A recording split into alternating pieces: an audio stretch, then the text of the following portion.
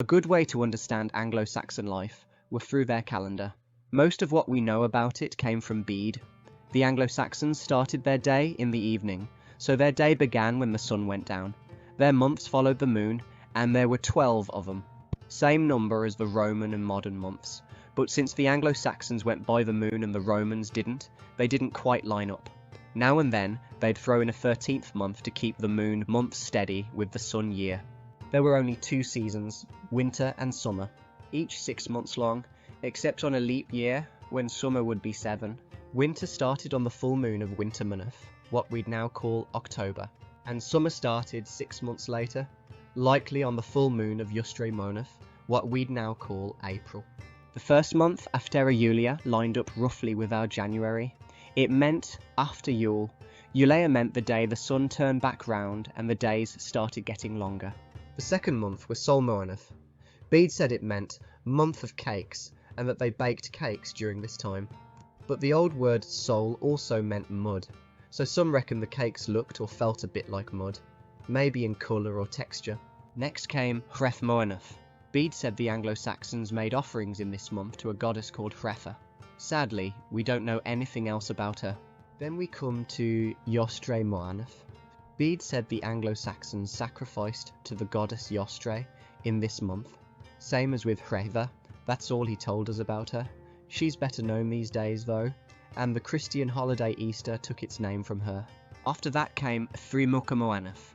That meant the month of 3 milkings. Summer had come by then and the cattle gave more milk, so they had to be milked more often. Bede said they were milked 3 times a day. Now we come to Era Litha. Litha in Old English meant gentle or mild, and it pointed to the calm weather over the seas around this time. Some reckon it also marked the summer solstice, and that's why neo-pagans call their solstice Sabbat Litha today. After that, in leap years, came Thrilitha. In other years, this one got skipped. It meant 3 Lithas. We're not quite sure how the Anglo-Saxons chose when to add it, but it were likely done on a local level.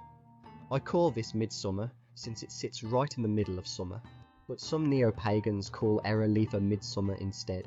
Then came Aftera Litha. This month lined up roughly with July, and it meant after midsummer. Next came Wad Moaneth. It meant month of tares, since they are plentiful then.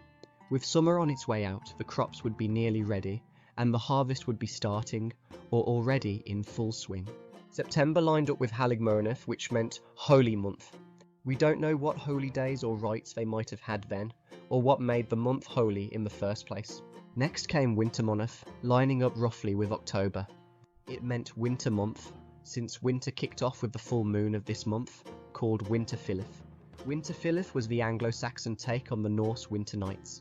Next came Bloat Moaneth, meaning sacrifice month. This were when they called the herds, both to get the numbers down to what they could feed through winter, and as offerings to ask for a mild one. The last month of the year were Era Julia, meaning before Yule. It were during this month that Modronit, or Mother's Night, took place. That were the holy tide when the Anglo-Saxons honoured the mothers, the female ancestral spirits who kept watch over their families. For the holidays, there was Yostre, which was marked by feasts held in her honour, an old observance from Anglo-Saxon times. Folks reckon Yostre brought what we now call spring. Litha, or midsummer, were a time to honour the sun, or maybe a sun goddess, by lighting bonfires to strengthen the sun's rays and help the harvest along. Some reckon stone circles were used during this time too, and folk might have gone out on a hunt.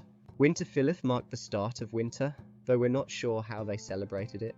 Modronit, or Yule, known as Mother's Night, was the Anglo-Saxon version of Christmas, held on what we'd now call Christmas Eve. They kept ceremonies going through the night, with ale drinking, animal sacrifice, and feasting. It's also been linked to the Wild Hunt and Woden. This were one of the deep roots of what later became Christmas. It shows how the Anglo-Saxons were deeply tied to the land and spirit. They lived by the rhythms of the sun and moon, marked time by the harvest, and honoured their gods with animal sacrifice and great feasts. Their world was shaped by both soil and spirit, and even now you can see how much of that still lingers. We're still heavily shaped by our Anglo-Saxon ancestors, more than most people realise.